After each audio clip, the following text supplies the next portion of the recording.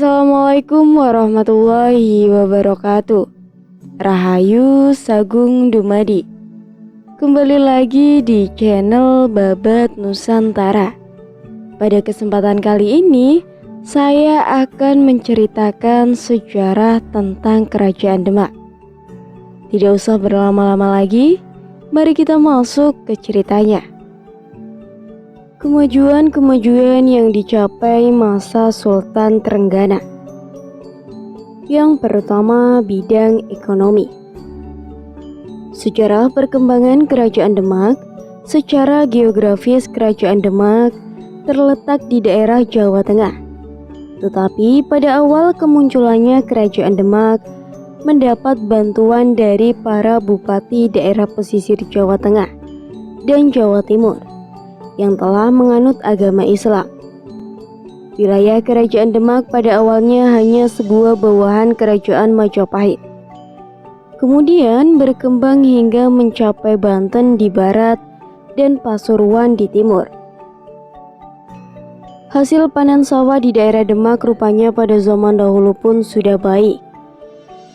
Kesempatan untuk menyelenggarakan pengaliran cukup.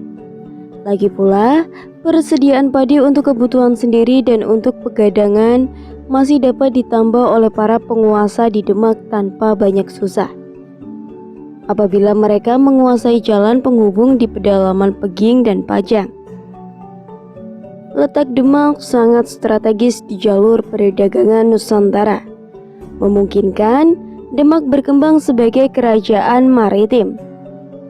Dalam kegiatan perdagangan, Demak berperan sebagai penghubung antara daerah penghasil rempah di Indonesia bagian timur dan penghasil rempah-rempah Indonesia bagian barat. Dengan demikian, perdagangan Demak semakin berkembang, dan hal ini juga didukung oleh penguasaan Demak terhadap pelabuhan-pelabuhan di daerah pesisir pantai Pulau Jawa. Sebagai kerajaan Islam yang memiliki wilayah di pedalaman, maka Demak juga memperhatikan masalah pertanian, sehingga beras merupakan salah satu hasil pertanian yang menjadi komoditi dagang. Dengan demikian, kegiatan perdagangannya ditunjukkan oleh hasil pertanian, mengakibatkan Demak memperoleh keuntungan di bidang ekonomi. Letak Kerajaan Demak yang strategis sangat membantu Demak sebagai kerajaan Matirim. Lagi pula, letak yang ada di muara Sungai Demak mendorong aktivitas perdagangan cepat berkembang.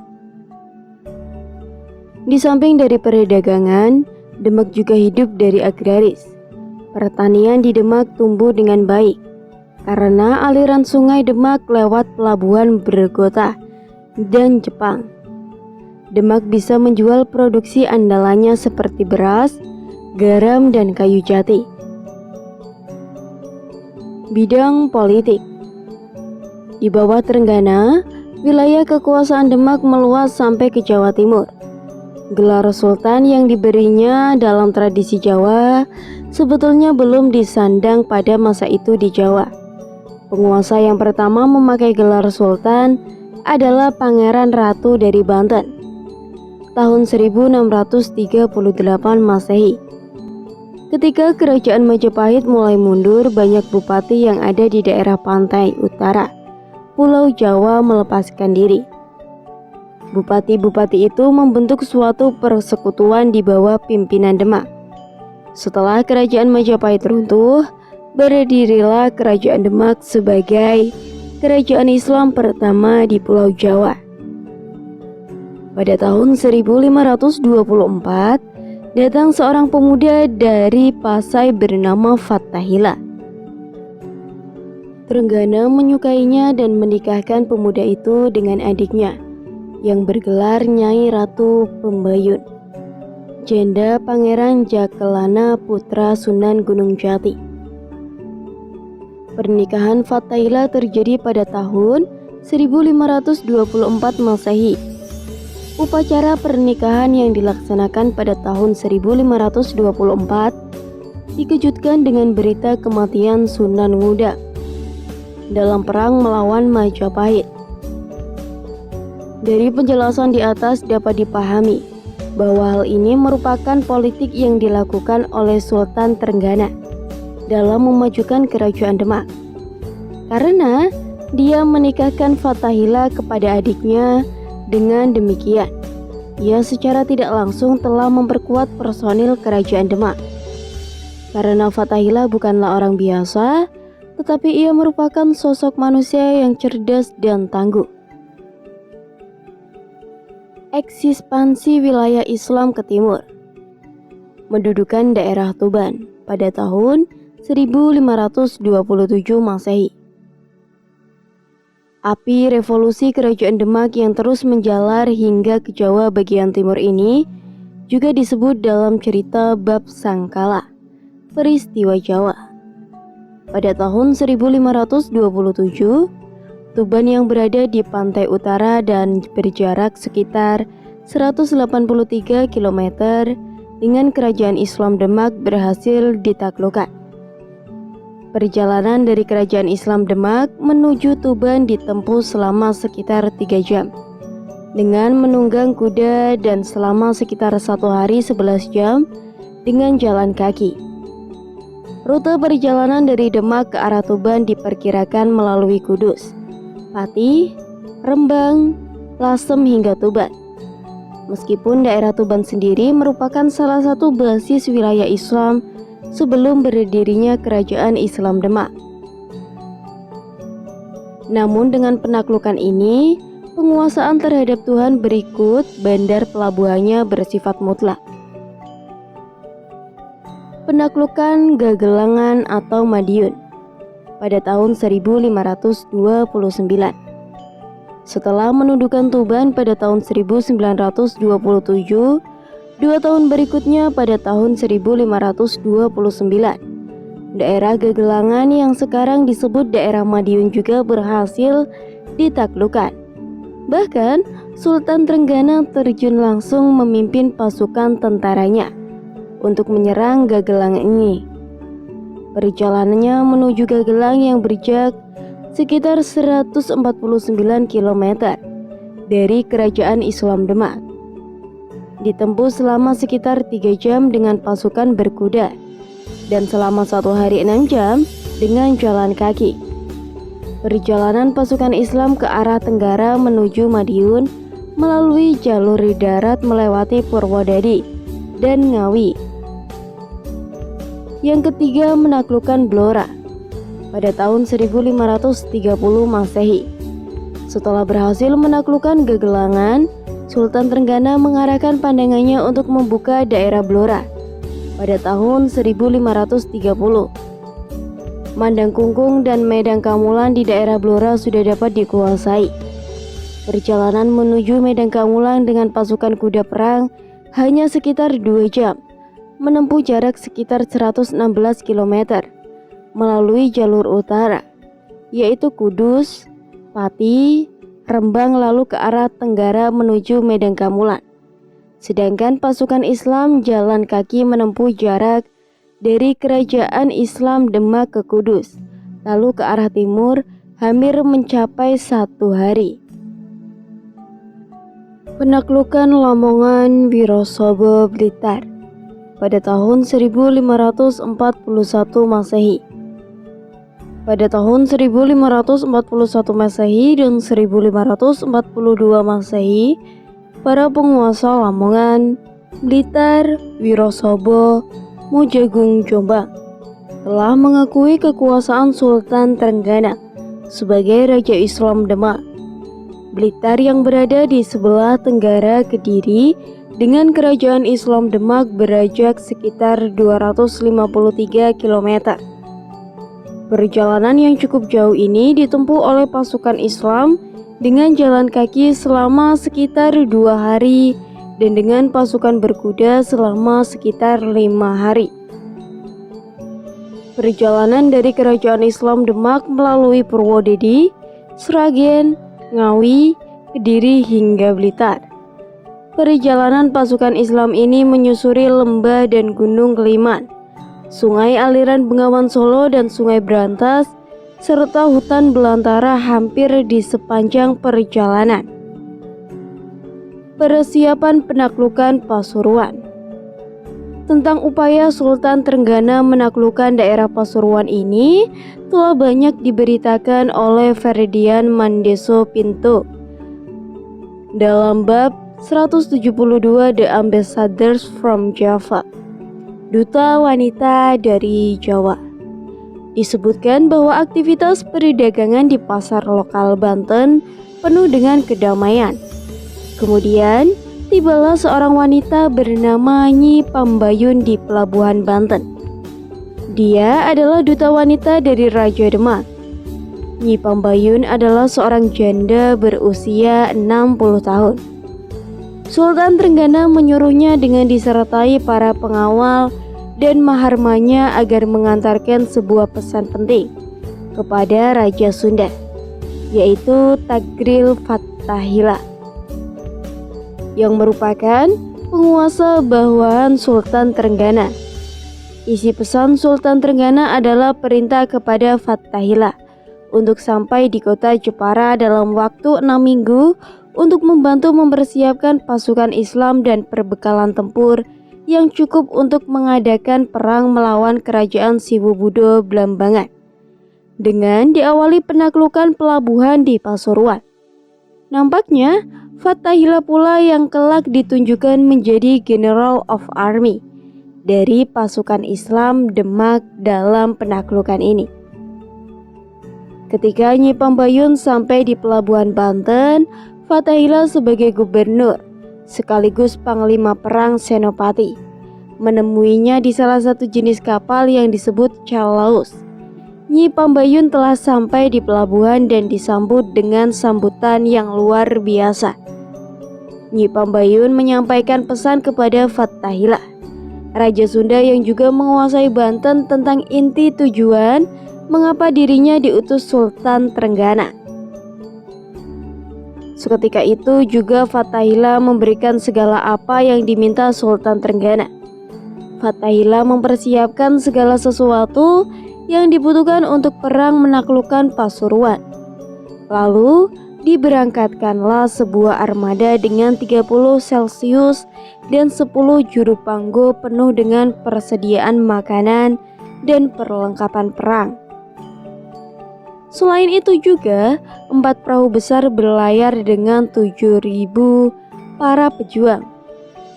Bahkan juga ditambahkan para pendayung kapal, termasuk di dalamnya 4 orang Portugis. Di antara 47 orang Portugis, sebanyak 40 orang yang ikut serta ke dalam kapal, termasuk Mendes Pinto.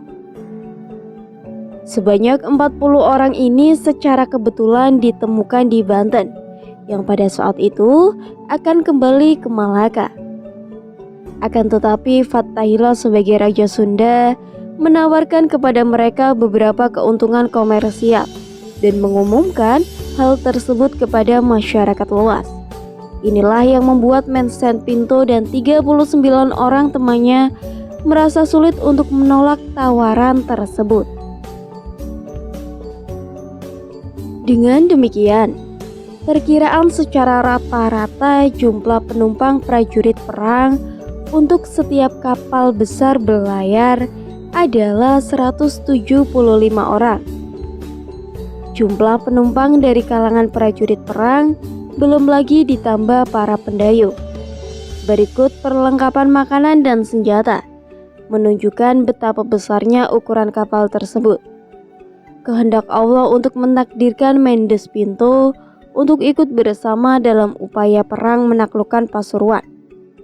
Salah satu keahliannya menuliskan catatan selama perjalanannya di Nusantara, khususnya di Jawa, menunjukkan betapa Allah berkehendak memperlihatkan sejarah kerajaan Islam Demak masa Sultan Trenggana dalam menaklukkan Pasuruan agar diketahui oleh umat di masa sesudahnya melalui karya Histori Oriental de las Peregrinaciones de Fern Mendes Pinto Portugis. Berdasarkan hasil penelitian tentang pemerintahan Sultan Trenggana pada masa kerajaan Islam Demak, yakni Sultan Trenggana, banyak melakukan berbagai macam kebijakan-kebijakan yang mampu menjadikan kerajaan Demak mencapai puncak kejayaannya di masa itu.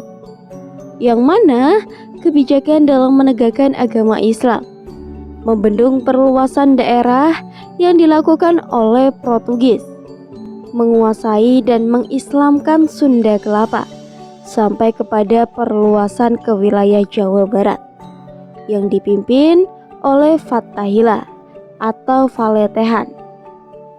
Daerah yang berhasil dikuasai yakni Banten, Sunda Kelapa, dan Cirebon, yang kemudian berhasil menurunkan raja-raja Banten serta berhasil menaklukkan Mataram, Singasari, dan Belambangan.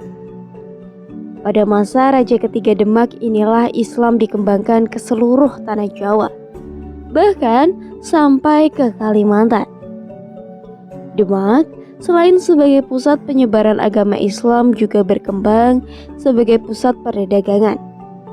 Di samping itu, Kerajaan Demak juga memiliki pelabuhan-pelabuhan penting seperti Jepara, Tuban, Sedayu, Jaratan, dan Gresik yang berkembang menjadi pelabuhan transito atau penghubung. Kemajuan masa Sultan Trenggana. Adapun kemajuan Kerajaan Demak masa pemerintahan Sultan Trenggana, yakni dalam bidang politik, yang mana dalam bidang politik ini Sultan Trenggana banyak menaklukkan wilayah-wilayah sampai ke Jawa Timur. Sedangkan dalam bidang ekonomi, letak Demak ini sangat menguntungkan, baik untuk perdagangan maupun untuk pertanian. Dengan letak yang sangat strategis di jalur perdagangan Nusantara, memungkinkan Demak berkembang sebagai kerajaan maritim. Dalam kegiatan perdagangan, Demak berperan sebagai penghubung antara daerah penghasil rempah di Indonesia bagian timur dan penghasil rempah-rempah Indonesia di bagian barat. Hal ini juga didukung oleh penguasaan Demak terhadap pelabuhan-pelabuhan di daerah pesisir pantai Pulau Jawa. Dengan demikian, kegiatan perdagangan ditunjang oleh hasil pertanian yang membuat Demak memperoleh keuntungan di bidang ekonomi, yakni beras. Dalam penulisan skripsi ini yang berjudul Kerajaan Islam Demak di Jawa masa pemerintahan Sultan Trenggana pada tahun 1521 sampai 1546 Masehi, penulis menyadari bahwa masih banyak terdapat kekurangan dan jauh dari kata sempurna. Untuk itu, penulis mengharapkan kritikan bersifat membangun untuk penulisan yang lebih baik lagi ke depannya. Kerajaan Islam Demak di Jawa masa pemerintahan Sultan Trenggana pada tahun 1521 sampai 1546 Masehi. Kerajaan Demak berdiri setelah Kerajaan Majapahit mengalami masa surut. Secara praktis, wilayah-wilayah kekuasaannya mulai memisahkan diri. Wilayah-wilayah yang terbagi menjadi kadipaten-kadipaten tersebut saling serang, saling mengklaim sebagai pewaris tahta Majapahit. Pada masa itu, arus kekuasaan mengkerucut pada dua adipati, yaitu Raden Fatah dan Ki Ageng Pengging. Sementara Raden Fatah mendapat dukungan dari Wali Songo dan Ki Ageng Pengging mendapat dukungan dari Syekh Siti Jenar. Kerajaan Demak didirikan oleh Raden Fatah atas restu dan dukungan dari para Wali Songo, yang diperkirakan tidak lama setelah keruntuhan Kerajaan Majapahit. Sebelum Demak menjadi pusat kerajaan, dulunya Demak merupakan kadipaten di bawah kekuasaan Kerajaan Majapahit, Brawijaya kelima, dan sebelum berstatus kadipaten lebih dikenal oleh dengan nama Gelagah Wangi, yang menjadi wilayah kadipaten Jepara dan merupakan satu-satunya kadipaten yang adipatinya memeluk agama Islam. Cukup sekian cerita yang dapat saya sampaikan. Semoga bermanfaat bagi kalian semua. Mohon maaf apabila ada kesalahan kata yang disengaja ataupun tidak disengaja. Tetap dukung channel Babat Nusantara dengan cara like, komen, dan subscribe. Tetap stay tune di channel ini agar tidak ketinggalan video-video menarik berikutnya.